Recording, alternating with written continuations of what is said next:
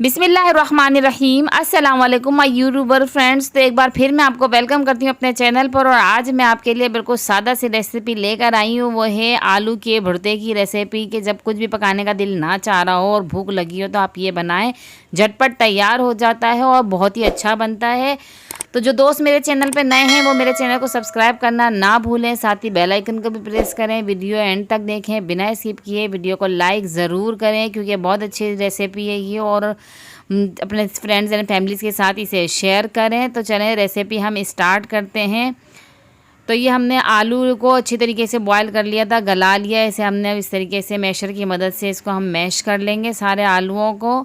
ये आधा किलो मेरे आलू हैं, इनको अच्छी तरीके से हम मैश कर लेंगे। और ये कढ़ाई में हमने तेल लिया है, 4 से 5 खाने के चम्मच हमने तेल लिए हैं।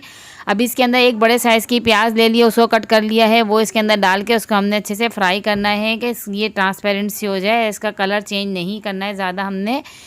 तो अब इसमें हम डालेंगे आधा चाय का चम्मच हल्दी पाउडर डाल देंगे। भुना हुआ कुटा हुआ धनिया ले लिया है 1 खाने का चम्मच। और भुना हुआ कुटा हुआ ज़ीरा ले लिया है आधा खाने का चम्मच। और काली मिर्चें ले लिए कुटी हुई आधे चाय का चम्मच। और कुटी हुई लाल मिर्चें ले लेंगे 1 खाने का चम्मच। नमक टेस्ट के हिसाब से इसके अंदर डालेंगे। और ये सारे मसाले को प्याज के साथ हम फ्राई करेंगे। इसकी अच्छी से खुशबू उठने लगेगी, अच्छे से ये सारा मसाला इसके अंदर फ्राई हो जाएगा। अब इसके अंदर ये जो आलू हमने मैश करके रखे थे सारे इसके अंदर डाल देंगे। सारे आलूओं को इसके अंदर डाल के अच्छी तरीके से हमने मिक्स करना है। बहुत झटपट से ये भुर्ता है जो जल्दी से तैयार हो जाता है। आप ज़रूर ट्राई कीजिएगा।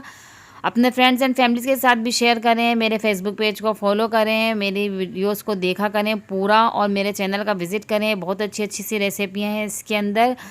और ये भुर्ता हमारा तकरीबन तैयार हो गया है। अब इसके अंदर हम डालेंगे हरी मिर्चें कट करके और हरा धनिया इसके अंदर डाल देंगे क्योंकि ये जब हरा भरा सा नज़र आएगा ना तो बहुत ही अच्छा लगता है और खाने का दिल भी चाहता है। खाने की शक्ल भी अच्छी होनी चाहिए। तो ये देखें, अब इसको हमने अच्छी तरीके से हम मिक्स करेंगे। अब इसको ज़्यादा कुक करने की ज़रूरत नहीं है, बस हमने इसको अच्छे से इसके साथ भून लेंगे। और अब ये हमारा फाइनली तैयार हो गया है। इसे सर्व करें, रोटी के साथ खाएं, इसको चपाती के साथ खाएं, बहुत अच्छा लगता है ये। आप इसे ज़रूर ट्राई कीजिएगा। और मुझे दुआओं में याद रखें, अपना ख्याल रखें, अपने आस पड़ोस वालों का ख्याल रखें और मेरी वीडियो देखते रहें। और मुझे अगली वीडियो तक दीजिए इजाज़त। अल्लाह हाफिज़।